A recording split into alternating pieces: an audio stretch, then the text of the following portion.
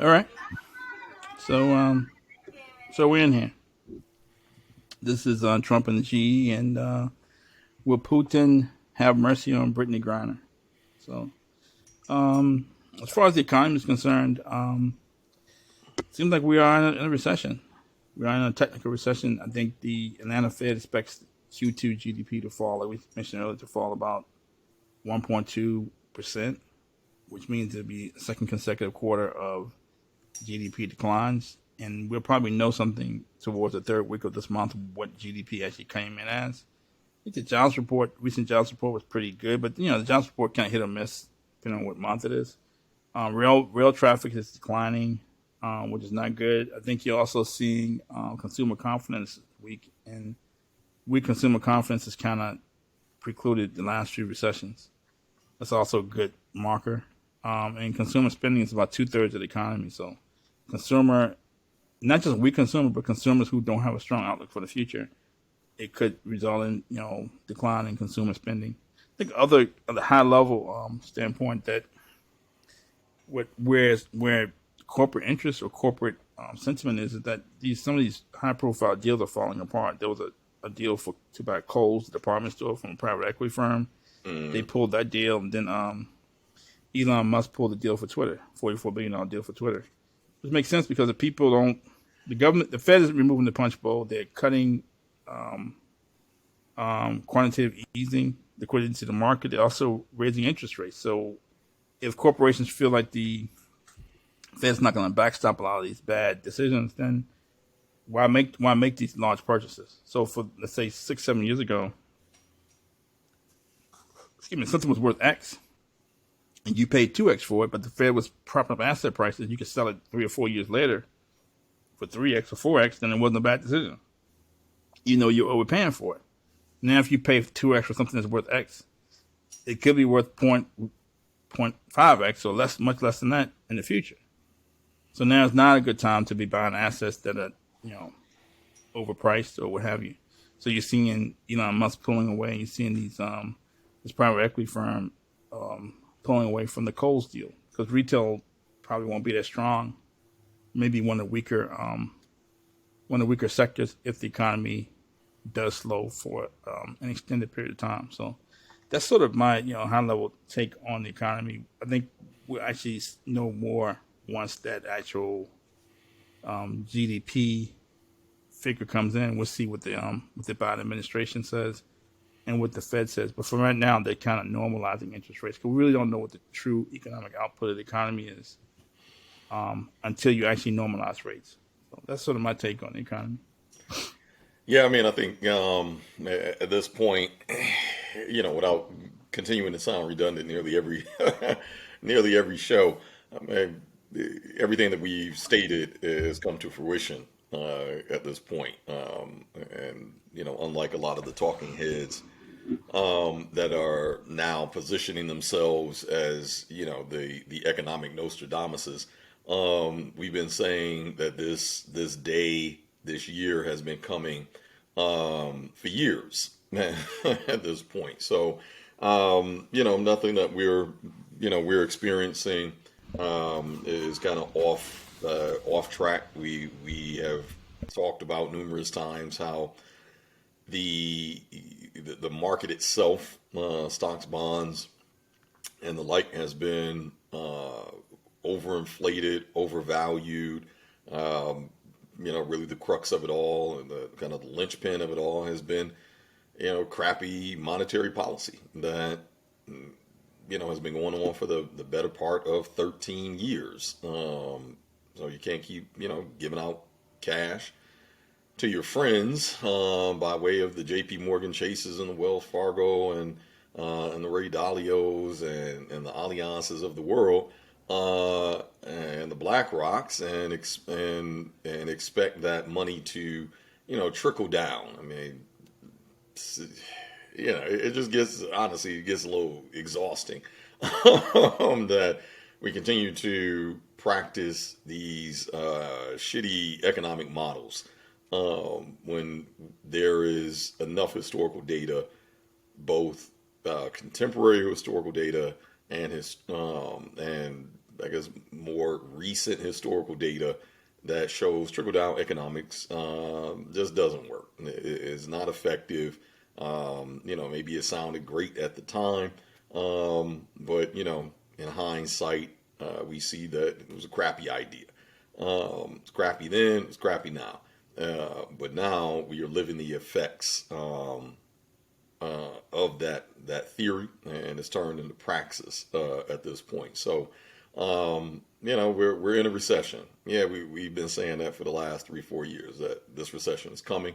The fact that the country is contracting, the fact that corporate debt is at its highest point in the history of the country. Right? We've never had corporate debt this high ever. So this isn't like 08, 09, where you at least had like the room to rebound, in other words. But comparatively, when you're looking at mortgage debt, when you're looking at credit card debt, when you're looking at auto loan debt, when you're looking at personal consumption debt, in other words, when we look at 08, 09, compare that to today, these are the things that differ. In other words, and corporate debt sits atop all of that. So with everything stretched out, in other words, households are pushed to the max. People still need homes, hedge funds, and private equity groups, which we've talked about, which is a little bit of a lesser known part of the economic story, but I do feel as if it's picking up traction, so to speak, in some pockets throughout the country where you have private equity firms and hedge funds buying close to 2,000 homes per month. So, the idea that, did the largest hedge fund on the face of the planet claim that they want to own the U.S. residential market. People laughed it off, said it's, illogical. Okay, here we are, right? they're buying up 2,000 homes at a clip. And when you're doing that across different hedge funds, different private equity firms, it can feel as if, oh, well, this hedge fund only bought 300, or this hedge fund only bought 75 over here. So in other words, you're looking at a fractured picture and not able to take a step back and see the whole picture and the connecting dots between those institutions stepping into the U.S. residential market the way that they are.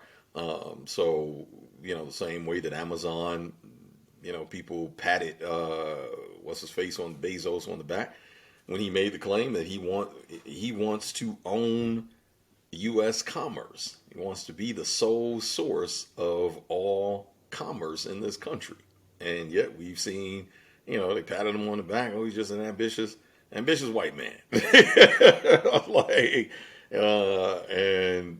Fast forward 20 years later, and Amazon has largely obliterated a lot of independent businesses, small businesses. And, as a reminder, when we talk about the economy, when we talk about everyday households, when we talk about, Main Street, that's who we're talking about.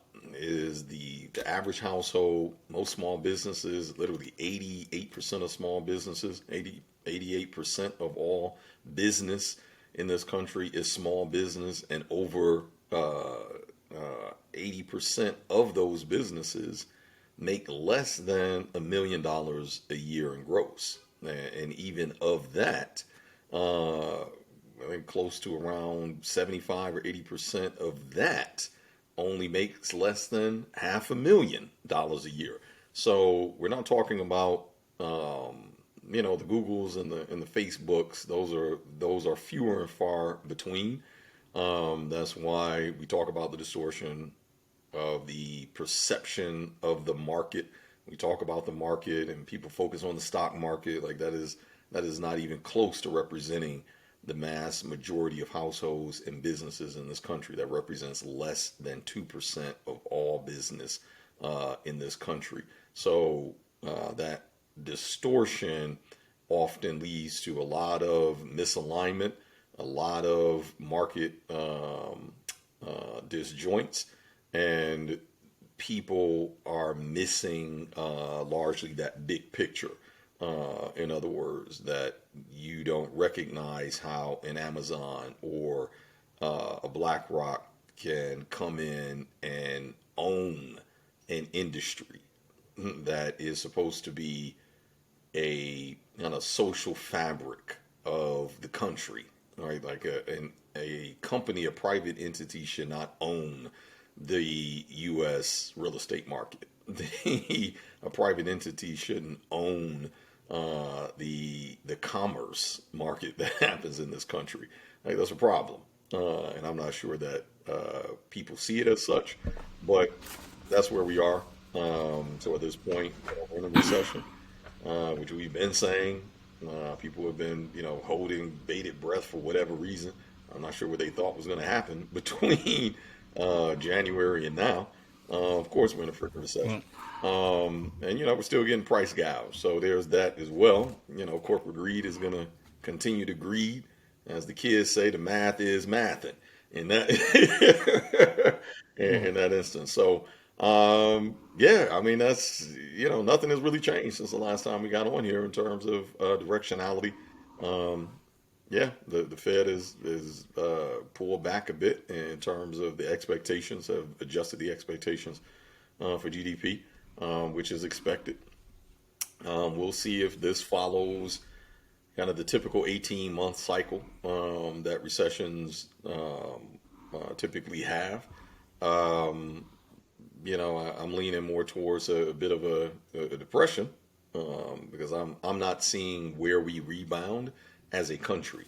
Certain pockets will, but I'm just not seeing where we rebound as yeah. I'm not just seeing where we rebound as a collective nation, because there's still roughly, I would argue to say, about 30% of the country that still didn't rebound from 08, 09's economic catastrophe. So, yeah, I'm not sure. I just don't see where we rebound at. Not seeing that clear pathway. Right. Yeah. Thank you for that. But I think some are saying that the Fed could change midstream if things turn badly, maybe the next year or so. Um, have QE3 or low interest rates or what have you. But at some point, the Fed just can't stop trying to manage the economy. As far as Amazon, it's almost like the online version of Walmart. And again, as far as the investor class, putting an investor class or these hedge fund managers or private equity firms in charge of parts of the economy is never going to end well. I don't know how clearly to say that. Right. They're just going to make the problem worse. Yeah. You have price gouging and a recession at the same time. Who could have envisioned that? Right. But anyway, so here we go. So will Putin have mercy on Brittney Griner? So that's become an international sort of scene here. And Brittney Griner was actually detained in Russia back in February. It's around the time that the Ukraine war had started, or at least when we were aware that we're in a full-blown sort of proxy war with Russia and the Ukraine. But Russia had been performing exercises and had been on the Ukrainian border for a while, for months before, we knew they were going to definitely invade. But first thing I thought was, wow, this isn't the best time to be messing around in Russia or getting detained in Russia. And so from what I understand, she's been playing over in Russia for a while. And a lot of WNBA players, they play abroad to supplement their income. Right. Because they can't, either they want to live a lifestyle that doesn't justify, that can't be supported by their income from the WNBA. Because these guys are really like rock stars. They're not getting paid like rock stars though. So they have to play abroad in the off season. And so she was unclear with actually what she had. I didn't know it was cocaine or what she was trying to bring into Russia. But here's the actual report. So let's just get to the facts here. That she actually pled guilty a couple of days ago. It says here in a ESPN article, it says detained WNBA star Brittney Griner pleaded guilty on Thursday to bringing hashish oil into Russia. telling a judge that she had done so inadvertently while asking the court for mercy. The move is not expected to end her trial in Khimki, Russia anytime soon. Even with a guilty plea in Russian criminal courts, the judge will continue to read the full case file into the record and could still go on for weeks or months. Since Griner was detained in an airport in Russia on February 17th, told the court that she packed vape cartridges accidentally and did not intend to break Russian law. She said, "I'd like to plead guilty, Your Honor, but there was no intent. I didn't want to break the law." There you go. So she basically pled guilty, and there was a lot of I didn't read a lot of the articles when they first came out. All I knew was that she was caught with drug paraphernalia, and being caught with drug paraphernalia in Russia doesn't seem to be a good idea. But there's a lot of speculation whether she had the drugs planted on her or what have you. And I don't think that's the case. I think she was actually stopped at the customs, and went searched her bag at customs. I don't think she went to a back room in someplace and somebody put some drug paraphernalia in one of her bags. I think she was stopped at customs. I just don't think that's a good idea to be traveling into Russia with any drug paraphernalia at all, or any of these foreign countries. You don't know anybody over there, and you just don't know how bad it can get. From my understanding, she's been playing over there for a couple of years, so she probably knows a little bit about how to get through customs without drugs. She's been through it a couple of times already. I would imagine if you want drugs in any of these countries, you can probably get them without trying to go through customs. But you almost put the customs agents at a bind because they have to do their job. Could you imagine if you went through customs and with drugs and they didn't do their job, what could possibly happen to them? So I don't know why she's trying to travel into Russia through customs with drugs. That's never really been pointed out. I think she did a good job by saying it was accidental. That's the perfect answer to give. It was inadvertent. I'm not sure whether it was or not the best answer to give. And she threw herself on the mercy of the court. And I think that's important to get the facts out there and to say, look, I'm sorry I broke the law, and I'm sorry, and please have mercy. Please have mercy on me. Because I don't think this is the best time to, again, be messing around in Russia like that, because we are sort of in a proxy war in Ukraine. And my first thought was that if the Ukrainians catch any Russian soldiers, detain them or capture them, and want to make a scene out of it, then they could always use Brittney Griner as like a defense mechanism. Say, look, if you want to embarrass some of our soldiers, we have one of your citizens over here who's a high-profile citizen, and imagine what we could do to her. And they could throw the book at her, and they're talking about she faced up to 10 years in prison for this. And even a couple of days ago, people were saying that maybe they forced her to plead guilty. None of that's true. I mean, none of that's been proven. All we know is that she was caught with drug paraphernalia and she pled guilty. Nothing's been planted on her, and we're not sure if this testimony was or guilty plea was forced on her or not. But from what we know, this is a real story, and it's become an international scene. So that's sort of the situation. I just don't think it's the best time to be traveling abroad, especially in Russia with drugs. Because we know what they've done to some of the other citizens. It's got Alexei Navalny, who tried to challenge Putin at an election. He was poisoned on a plane. They stopped the plane in midair. He was in so much pain. They took him to Germany to get checked out, who confirmed that he had been poisoned, brought him back to Russia. He had to face trial for something. Really what he's facing trial for was challenging the government. And he's facing 10 years in prison in a penal colony. And a union boss over there just got arrested. He faces 7 years in a penal colony. So this is not the best time to be messing around in Russia. This is definitely the best place to get detained for doing something illegal. That's sort of my take on the situation. No, that's so one, the thing that I found interesting is, I guess, if folks are, ambiguous or don't know, Russia and the U.S. have been really frenemies, I think is the best way to describe that relationship for the better part of a century at this point. Yeah, almost a century.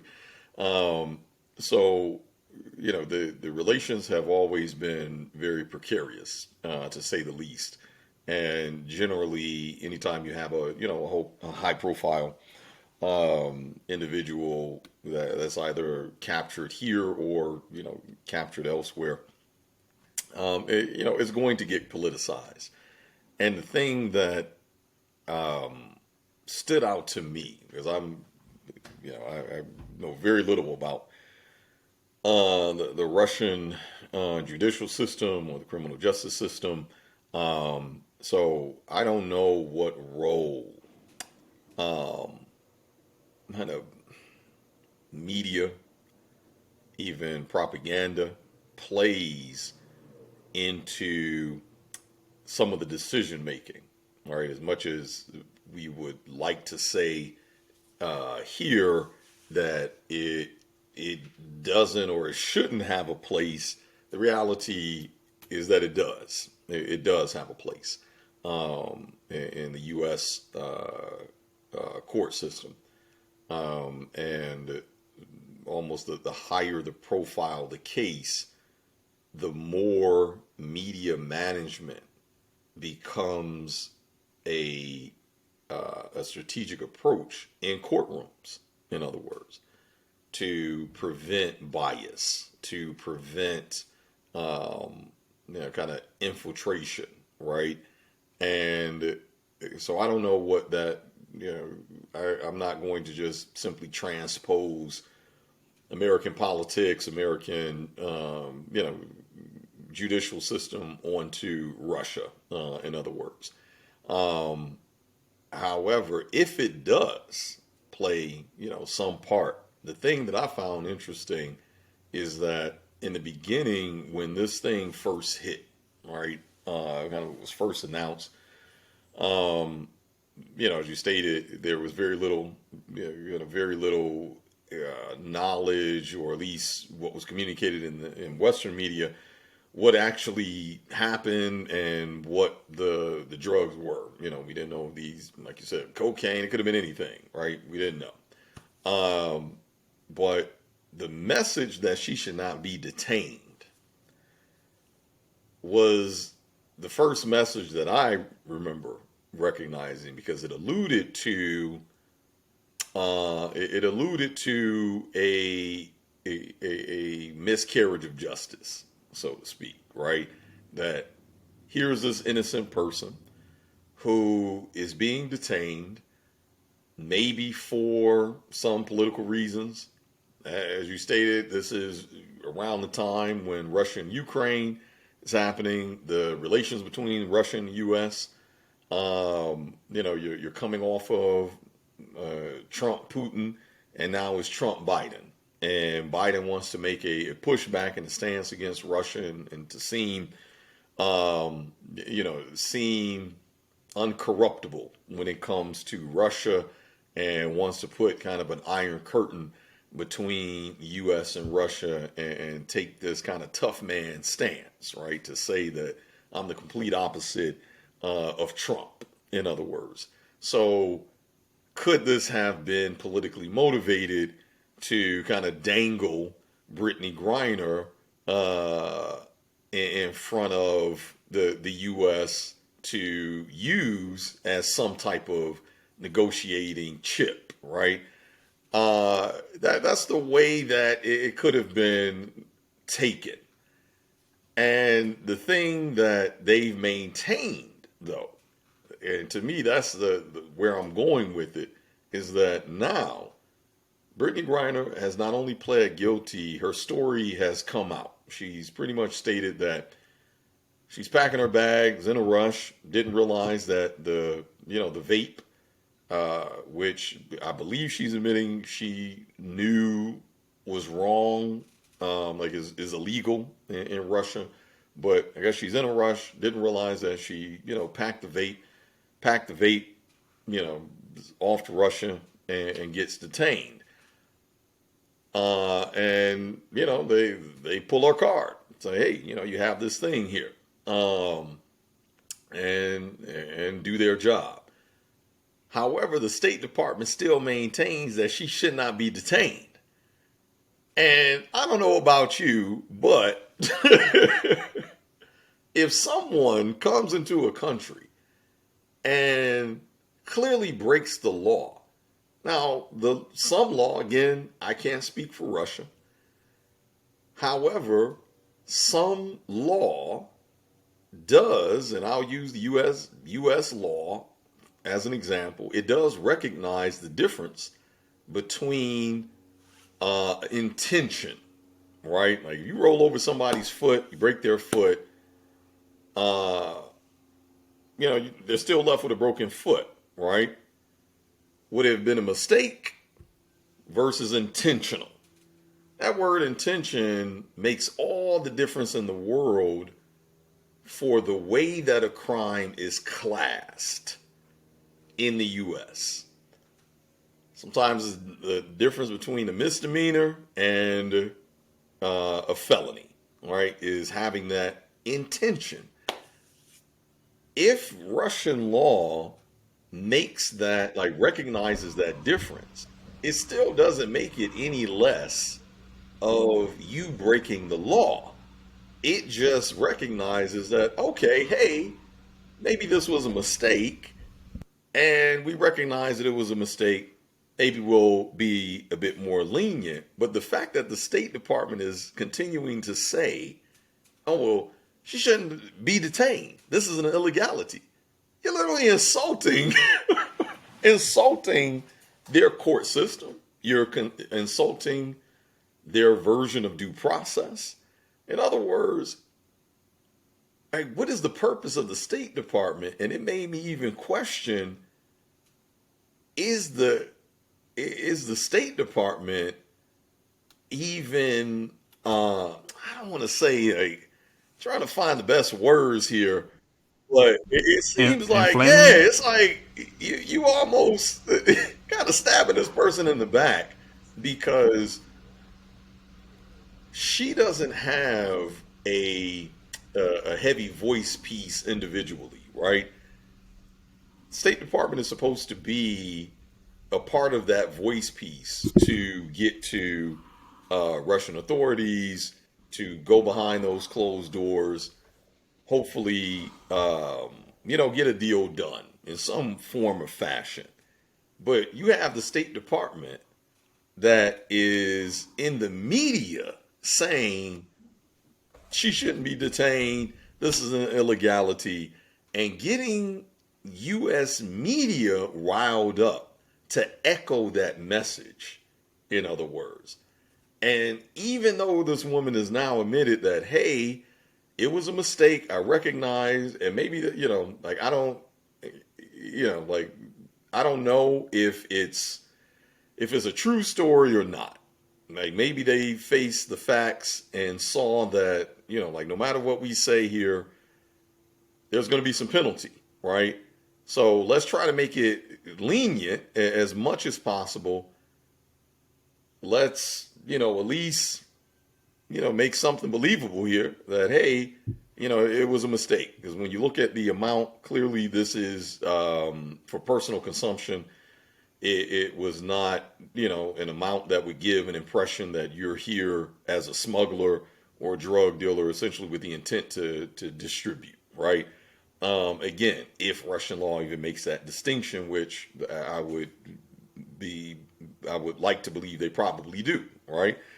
So, we don't know if this is what's actually happened, in other words. But this is what has been said from Brittney Griner herself to the courts through her lawyer. Is inadvertent, have some mercy on me. I'm a human. I've made a mistake. I recognize that Russia has their own legal system, and I want to abide by that system as a visitor in this country. I'm not trying to evade or use But she, my kind of American nationality to evade. But uh, then you got the State Department That's my point. Like you have the State Department behind her saying, but she shouldn't be detained. It was illegal to detain her in the first place. So you telling me that if the shoe was Right, on right, the other right, foot, that a Russia came to the U.S., broke the right. law, the customs wouldn't have the right to detain? Like, what's your point? You know what I mean? Well, even if she did that, she did that in the United States, if she was leaving going from Texas to North Exactly. Carolina.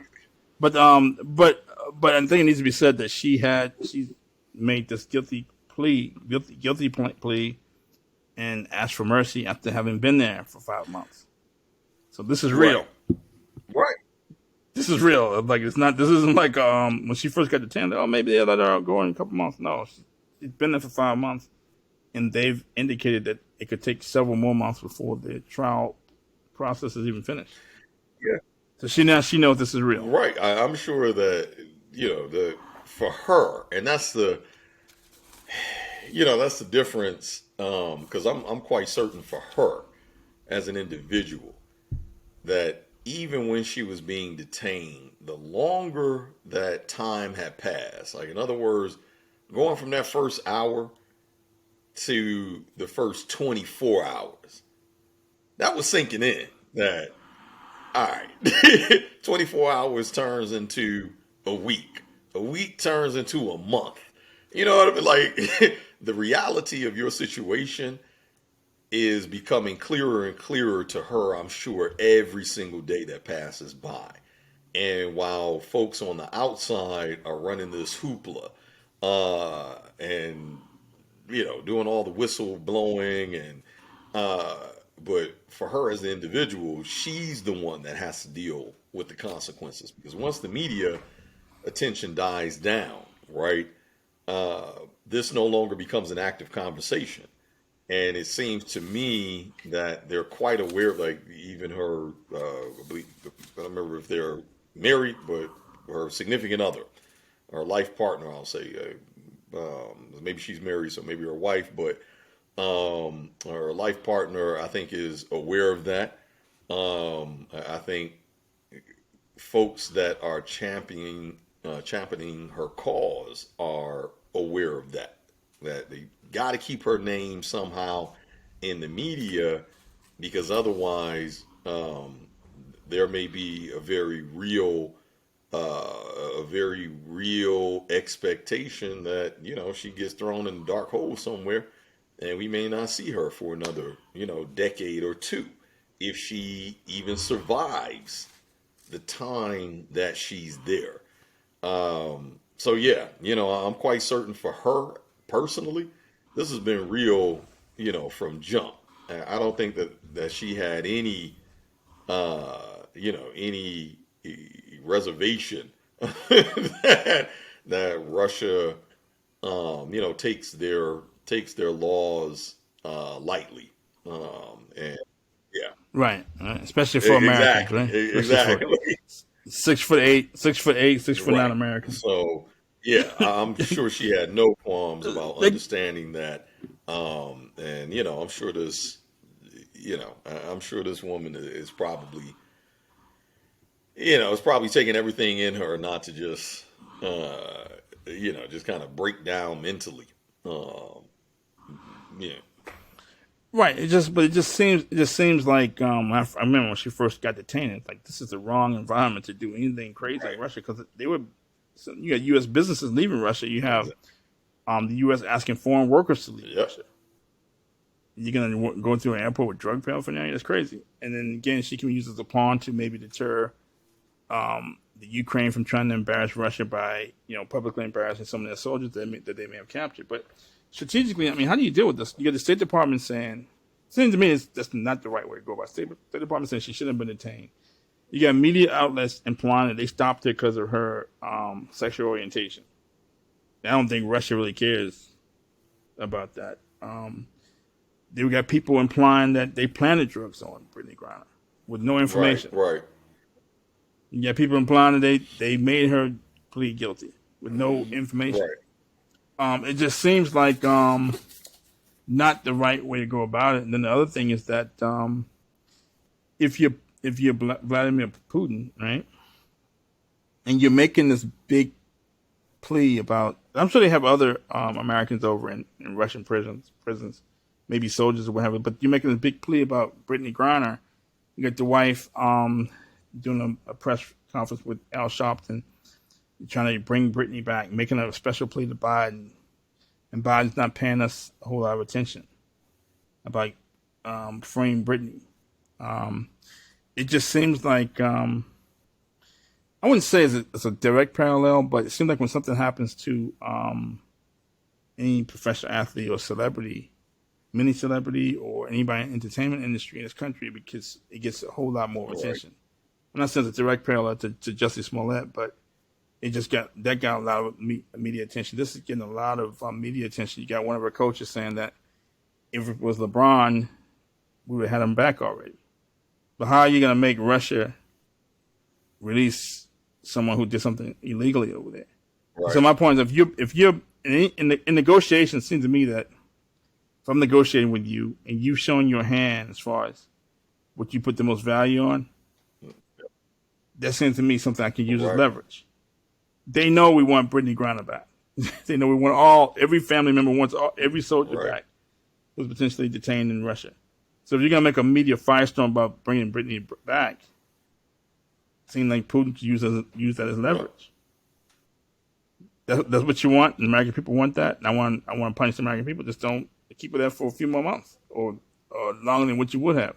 Seems to me, if it with me, I would make it aware behind the scenes that we want it back, but not to make a media firestorm out of it. Definitely not to do anything to inflame the situation or to rankle Putin, where we're basically challenging his integrity or his country's integrity. You're doing this as a political ploy. The whole time, she's probably in the wrong. Right. I mean, it does beg the question that ultimately, is she being used as a scapegoat? Right? Is she collateral damage for a broader agenda? That's the thing that came to my mind as I continue to read State Department's position. Because it just makes no sense to me.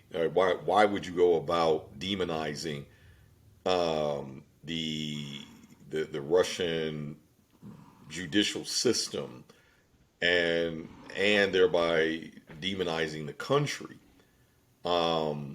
especially even in a way that ironically, that's the part that it just kind of blows my mind, that you have this, because I believe Brittney Griner's biracial, but that the U.S. of all countries is demonizing another country for the treatment of a prisoner, right? An American prisoner. Yet this country has the worst human rights record. Period. Like full stop.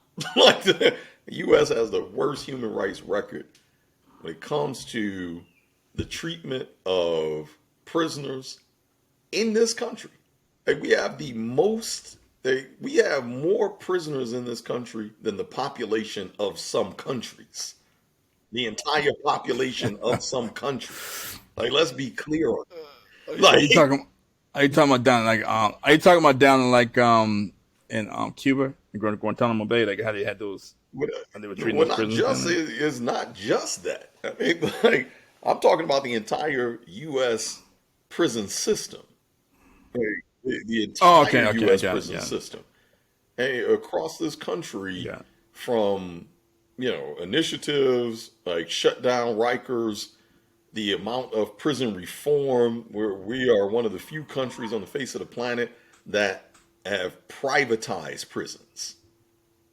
Like, we have for-profit prisons. Like, that doesn't even make sense. That's a contradiction in terms when you understand the purpose of rehabilitation, because that's what the criminal justice system is supposed to represent, is that kind of that yardstick, right? To say that we as a society believe in the rule of law. Here's the left and right parameters of our rule of law. And when someone steps outside of those left and right parameters, the rehabilitation process begins, which is supposed to be a process that reintroduces a rehabbed person back into society. We are not that by any stretch of the imagination. So the State Department, and this is what I mean, that is this woman really collateral damage to a broader agenda here? Because it is not lost on Russia. We, yeah, when you look at the Mueller report, the one thing that seemed to be a fact that came out of that out of that report is that Russia influenced U.S. the U.S. political election. If you understand Oh, that, okay. then you understand that Russia has eyes and ears in this country. It pays close attention to the messages within the media because that is what they used. Excuse me. That was the whole Cambridge Analytic debacle. Is that Russia simply used U.S. media propaganda messages to influence swing segments of the U.S. population to push more towards a conservative vote in order to get Trump elected. So, in other words, you have a front row seat to understanding that Russia pays attention to the messages coming out of the U.S. Right? It didn't even take Cambridge Analytics to make that point, but that's the most recent one. So you fast forward to Brittney Griner, and you're demonizing a country on the basis that they treat that they treat their prisoners cruelly. You see what I'm saying? Like, in other words, I like understand. Yeah, 'cause the U.S. is the most U.S. is the most incarcerated country exactly. in the So it's world. like, what are It, you, how are you making this? Like, if Brittney Griner, if the goal is to truly get her out, to get her free, to even have her at a reduced sentence, how are these messages helping? In other words, coming out of, right, right. yeah, It seems like it's only way I can think of only way I can make sense of it is that you know um, we made decisions during the when I think Russia invaded the Ukraine. We talked about on the show that we think a lot of those decisions have backfired. So, inflaming the Brittney Griner situation, it kind of maybe it could potentially harden the U.S.'s feelings toward Russia. right, So look what they did. right. Look what they've done. They've captured Brittney Griner and maybe justify some of the decisions we made and maybe inflaming a cold war with Russia. Yep. And making Russia like the bad guy. That's politically motivated, but it's not going to do anything to bring Brittney Griner home in this Right. It's aspect. like, if this was really, to me, if this was really about Brittney Griner, the position of the State Department should have been, let's get the facts and address the facts as the facts. Right. And if she has, Right, if it's, if it is factual that, hey, okay, you got busted, right, intention or no intention, you crossed the line, you broke the law. So let's deal with that as that, right? Let's get to the intention. Did you intend to break the law? No. Can we back that intention up? Yes, we can back that intention up. That, maybe it was a half used vape. You can see that there is no intent to distribute. She says that it's, it was inadvertent. She was packing very quickly. You know what I mean? Like, in other words, let's use that to support the argument that there is no intention to to break Russian law, and certainly not to the extent of using her public figure, her nationality, to be above the law. In other words, right? And right. let's, I like, got you. let's address that as that, right? We don't need to make these hyperbolic statements in the Right, media right, and getting Western media riled up. Like, in other words, what a headline should have looked like is, uh, Russian, Brittney Griner is facing charges in a Russian court system. That, full stop. Like, what is with all the right, hyperbole right. and the You know what I mean? Like to me, that's the way. That's the Right. position that the State Department and others should have taken. If you're truly there to defend Brittney Griner, if the intent is to truly get her out, then help her just face the facts and to lean on the the court system that she is now subjected to, right? And to use those backdoor meetings as if she's facing 10 years and you feel like, listen, can we get this down to 6 months? We recognize that she's broken the law, but maybe it's going to take a few handshakes to make that happen. Well, that's what the State Department should be doing. Right. But inflaming it almost says like, yeah, Russia. Look what Russia is Exactly. doing. Like We she's should have asked our allies to stop buying Russian oil. We should have tried to break the ruble. We should be showing more resistance in Ukraine. We should be sending right. few $1 billion to Ukraine and 400 million here, a couple billion there. See how Exactly. bad Russia is. We should be doing justify all the moves that the Biden administration has made. See how bad making Russia be the Exactly. And boogeyman. there's not even a distinction between the to I guess to further that point, they're not even in the media. Let me say that. The media is not even making a distinction between the Russian military and Russian judges or the criminal justice system, Right. right? Is just painted Right. with the exact same broad brush. Where, in other words, can you make the case that Russia has invaded Ukraine? That's a fact, right? Russia has, and who shoulders does that have to be placed on? Well, it has to be placed on the commander in chief, which is Putin, right? He is the commander in chief of the Russian military forces. So, yes, there's a direct line between the actions of the Russian military and its commander in chief. However, can we make a distinction, even in the media, to say that, well, there's still a difference between the decisions that a judge makes within his or her courtroom that Brittney Griner is subjected to that has nothing to do with Putin invading Ukraine and even some of the human rights violations that may have taken place as a result of Russian military actions. You see what I mean? Like, in other words, we don't even leave room for some nuance Right. because, again, to me, it just goes to further that point. The way that I look at this, I don't see that who other than her wife or her life partner, who's truly in this woman's corner, who's truly out there actually trying to get this woman out. That's not her lawyer, right? You know what I mean? Because I'm not seeing Right. Right. actions that Right. back Right. Right. that Right. up Right. No. from the U.S. media.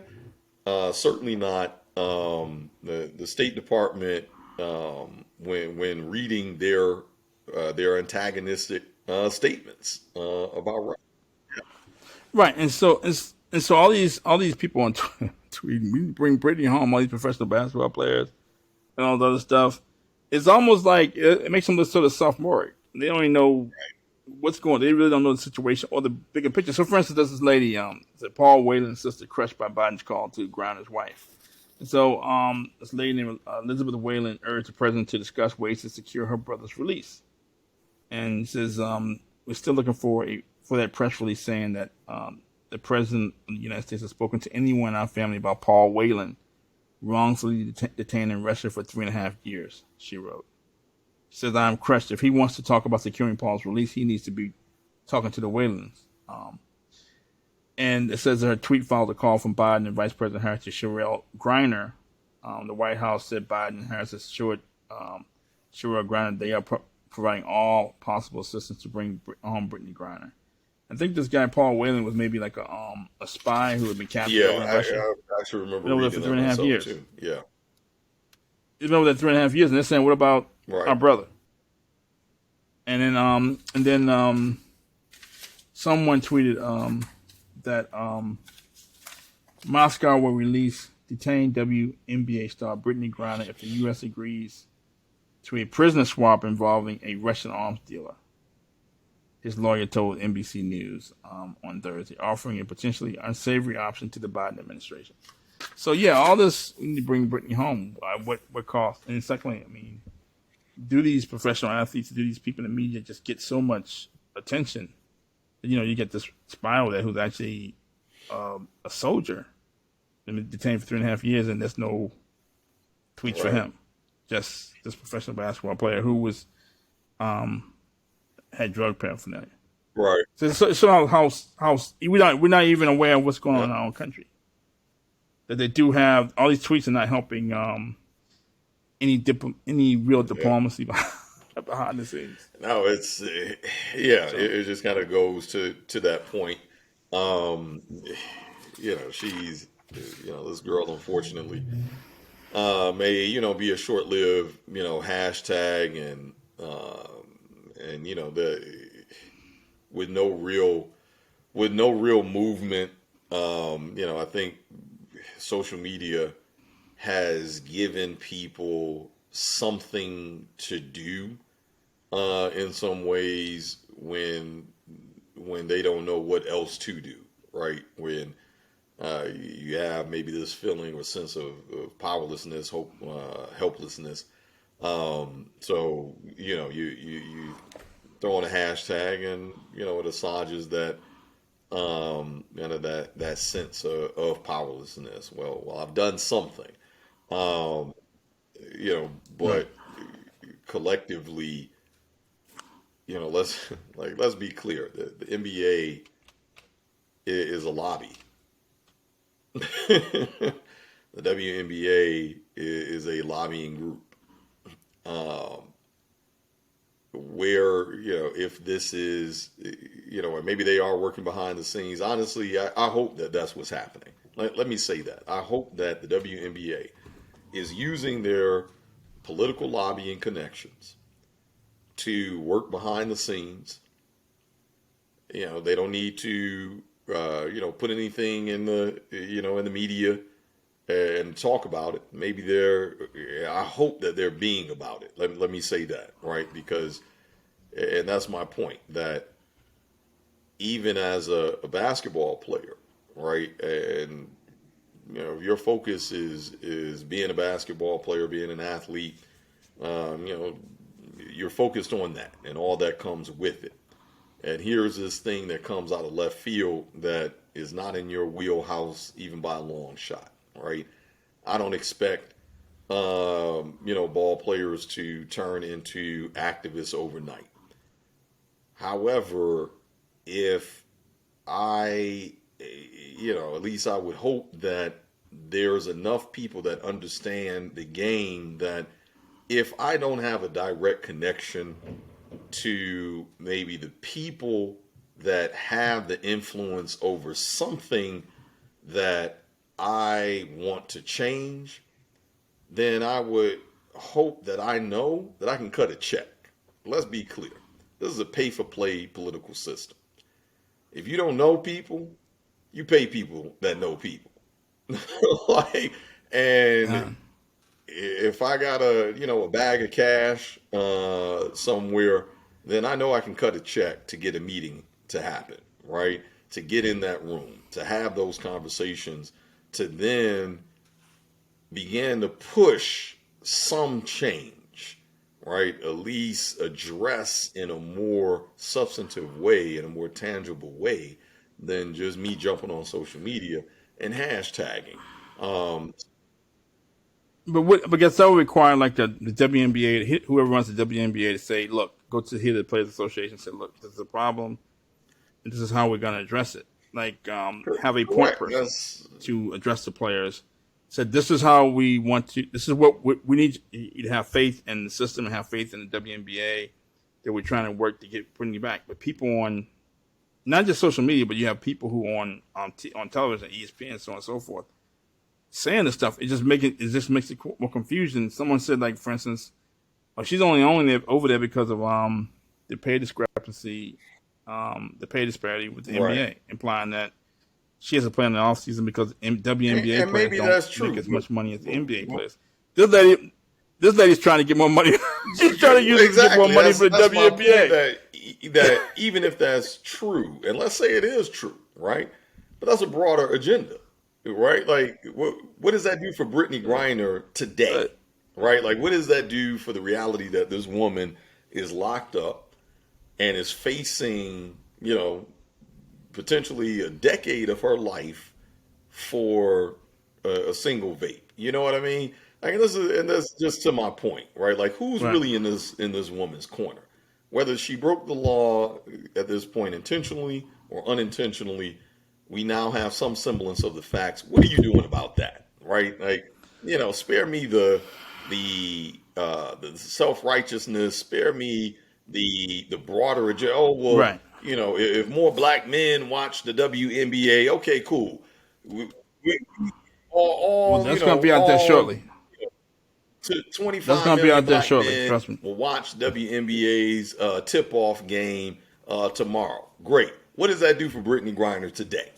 But how does that get her? You know what I mean? And it's Right. just it's a lot of false Right. flags out here. The That's all reality my is point that is. Like, right. The reality is that this is the most attention she's gotten since she's been at Baylor. I don't know what team she plays for. I never watched one of her WNBA games, and they don't bring in the revenue that the NBA players bring in. So this lady throws this out there. I don't know what she's talking about. It took me a couple of days to realize that she's basically right. talking about the pay discrepancy. There's a pay discrepancy between NBA players and everybody: janitors, police officers, uh, electricians, Exactly. It's plumbers. like Brittney Griner still gets paid more They're than a trying to get like science teacher. How about you folks? Like, you want to talk about, you want to advocate for a pay discrepancy and equal pay? How about you advocate for some of our right, damn teachers in this country? Because after they've put up with the amount of knuckleheads, that folks realize how many of their their teachers were probably patient because they had to deal with your knucklehead, that you only just realized was a knucklehead because of COVID. Uh, you know what I'm saying? Like, let's pay them first. You over here, right, like Brittney Griner, even right. compared to the rest of the country, she is making more money than the median household in this country. Uh, Right. That's an important point you're making because she's making money. She's just not making enough money to live a lifestyle of a rock exactly. star. They portray themselves as rock stars, but they're not making enough money to be in the NBA category. The people making $25 million a year. But let me throw this out there for you. So now we've made it an issue for Putin that he knows that we really, really, really want Brittney back, and it's really that's one of our main things. What's what could Putin do that really, really piss the Americans off? What do you think the one thing he could I do? mean, other than just kind of shut down talks or altogether, or proclaim that he isn't doing anything, that he's not willing to negotiate with terrorists. Let's right the head of the one of the WNBA players on ESPN or a couple of these NBA players. We need to bring Brittney back. Let's say let me bring it a little closer to home. Mm. If he were to release her, what way could he Oh, release her to really, he really could piss pull the Edward the Snowden. U.S. off? He could absolutely pull the Edward Snowden. Release her, but have her renounce her U.S. citizenship, demonize the U.S., say she ain't going back, and have a full like you play for the Russia, you play for the Russian WNBA now. Uh, right, right, and leave her leave her Exactly. playbook over in Russia. But let me paint a scenario for you. Okay, so back when the Iranian hostage Mm. situation back in the late '70s, right? And I was like in fourth grade. I remember this. So my classmates and I were like, "We're gonna go over there and we're gonna get the Americans home." And I remember that the helicopter got caught in a sandstorm. We were so mad. I would love Jimmy Carter, but I was so mad at Jimmy Carter How in the world, we're like in fourth grade, how in the world could you get caught in a sandstorm? Everybody knows the blade is going to, Right. going to get sand in it. How could we botch that? You know what I'm saying?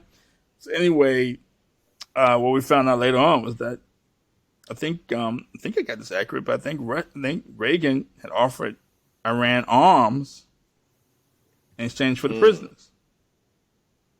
I think George Bush, who was supposed to be the vice president, basically brokered the deal. He told Khomeini, do not let these prisoners come home until after the election. So bringing the prisoners home was a real problem for inability to bring the prisoners home was a real problem for Jimmy Carter. The botch rescue didn't really help. After the election, the next day the prisoners were released, and we thought Reagan was some type of magician. That's a good point, man. We didn't know they had like a sideline deal. So this is the scenario. This is scenario I envision. Putin says, "I'll release Brittney Griner to Trump only after he's reelected." Oh my God, that girl is going to get left in Russia.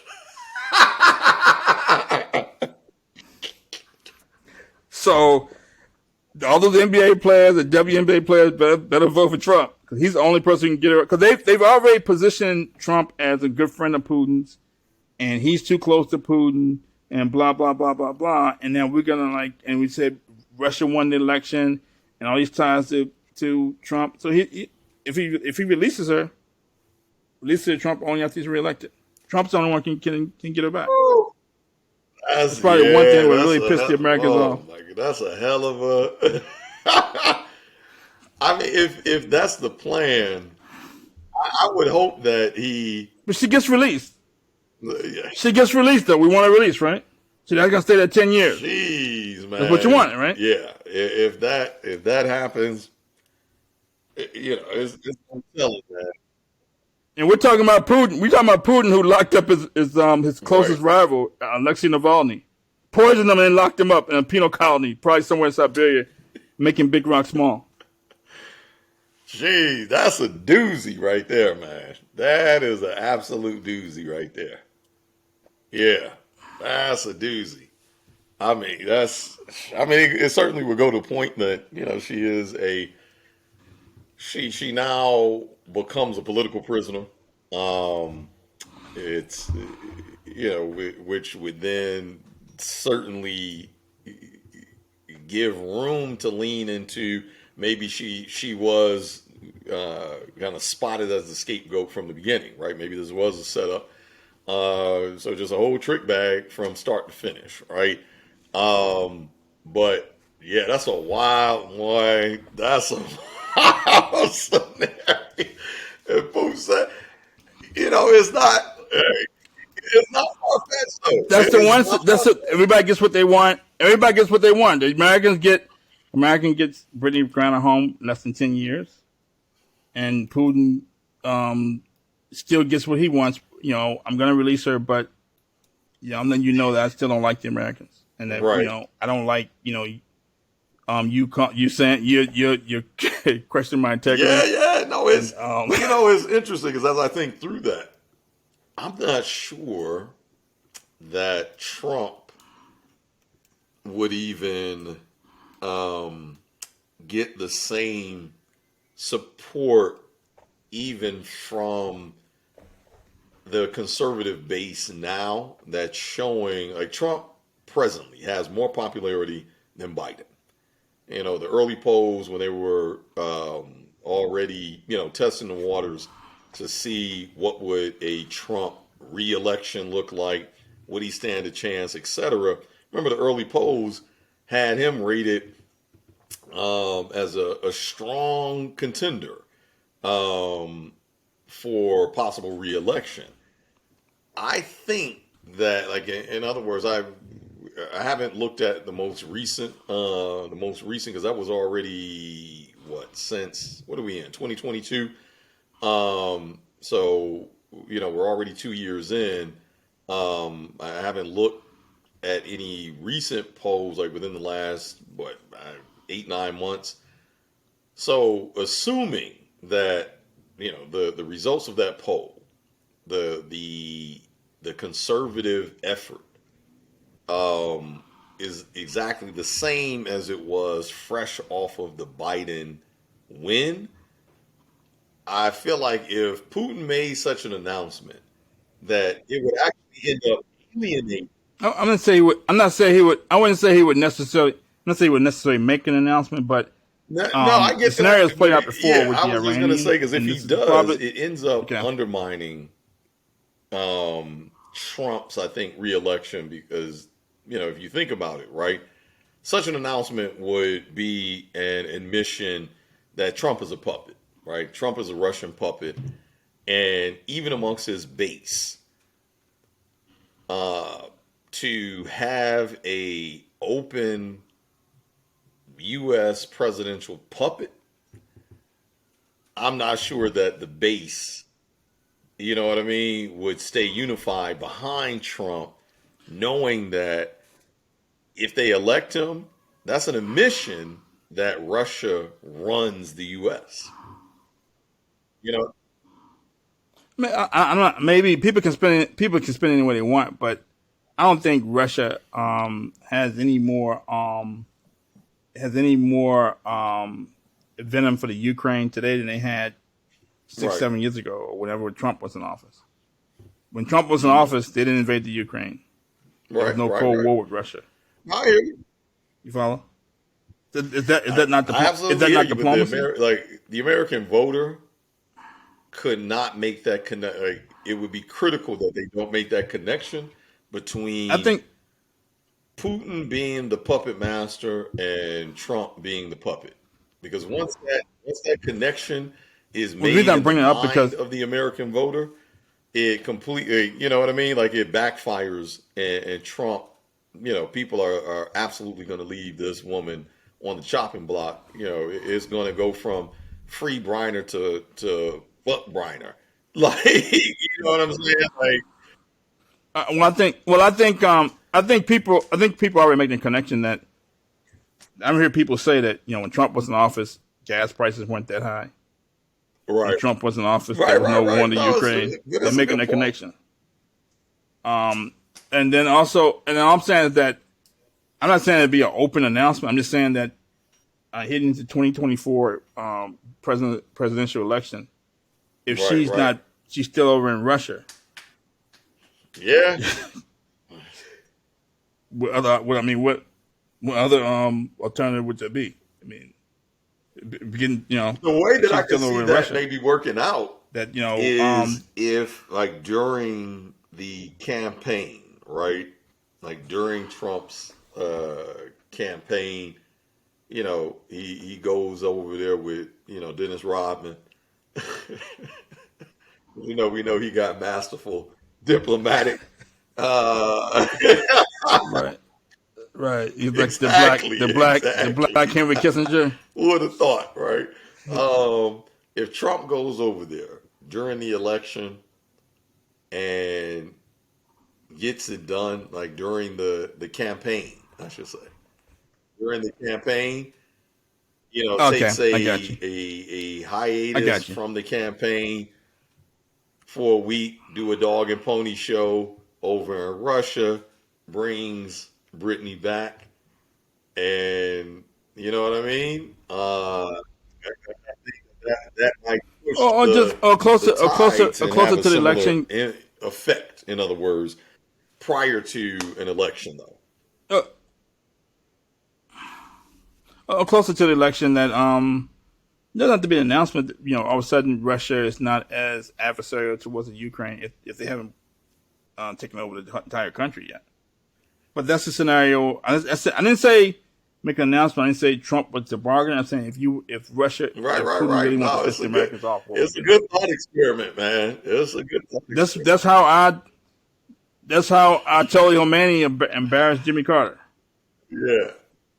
I mean, the next day we thought it was John. We thought Reagan was like Like some type of PK, magician. Like, like, wow, he pulled off with Jimmy. like, oh my goodness, he must be really afraid of Reagan. Wow. You know what I mean? You almost had to Right, right. I was almost like the guy. You know what I'm saying? Then it comes out years later, like, oh, they had this sideline deal. But that's It's the a good, scenario I yeah, man. envision. It's a good thought experiment. Good thought experiment, bro. but Anyway, so yeah, I last mean, parting shot. as I've stated, I just hope that whether she actually broke the law or she didn't break the law at this point, it's now not only in public record, but I think in the Russian court system record that she is admitted to breaking the law. And I just hope that real Mhm. folks actually get in this woman's corner. Let me just say that. I hope that is Right, right, right. I don't think should a person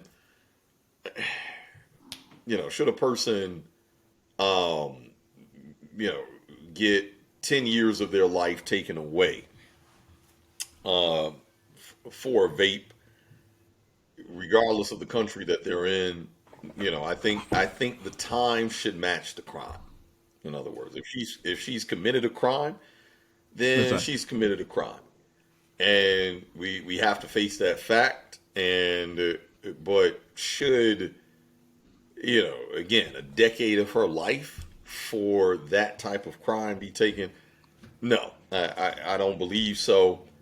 Um, and I just really hope that she actually has people in her corner advocating behind the scenes for her, on her behalf, and in the best interest of Brittney Griner, not their additional political agenda or broader agenda, and using her as a pawn. Um, that I think that's just my Right. biggest hope for her, and my biggest wish for her, because again, as an individual, she's the one that has to deal with those Right. consequences after media is done, after lawyers collected their fees, after the NAACP and Al Sharpton and the rest of those folks, turn their minds to the next thing. She's going to be the one that's in that prison cell, looking at those four walls, right? So, um, yeah, I just Right. hope that she has people in her corner that keep that at the center of their focus and advocate for her, with that in mind, and not using her as a pawn. So yeah, that's Right. Okay. Okay. I agree. I think all the tweets about we need to bring Brittany home and all the outrage about drugs were planted on her. This is false arrest, and if with LeBron, he'd be home already. That's more like people's own personal gain to get headlines, in my opinion, for themselves. They're not gonna do anything to bring Brittany home any faster. I would hope that the WNBA will use some type of diplomacy through the Players Association to talk to the players, maybe even the NBA players, about we need to we're working behind the scenes. You have to trust us, and all of the public pronouncements and getting on ESPN and talking about the WNBA players make less than the NBA players and that type of stuff is not conducive to anything. They're trying to work behind the scenes, and you have to trust the process. But right. at the end of the day, Putin doesn't have to do anything. And if they and he can demand that they release you know Russian prisoners over here. But I always thought he would kind of use her as a bargaining chip in case Ukraine tries to do something to embarrass Russia or embarrass some of their Russian soldiers who were maybe captured during the war. But I hope that the WNBA would again use some type of diplomacy and tell these the other players to speak with one voice, whether through someone who at the Players Association or through the commissioner or what have you, that they're working behind the scenes and to bring her home because everybody knows that Right. they want her to come home as quickly as possible. Getting on Twitter and talking about it is not going to help the situation, but I'm just putting that scenario out Right. there Right. with Trump because it actually happened in the late '70s with Reagan. That if we're hitting in the 2024 election, that may be behind the scenes that WNBA tells everybody to vote for I'll Trump. be watching it. But anyway, so that's Trump. That's Trump and the GE. Will Putin have mercy on Brittney Griner?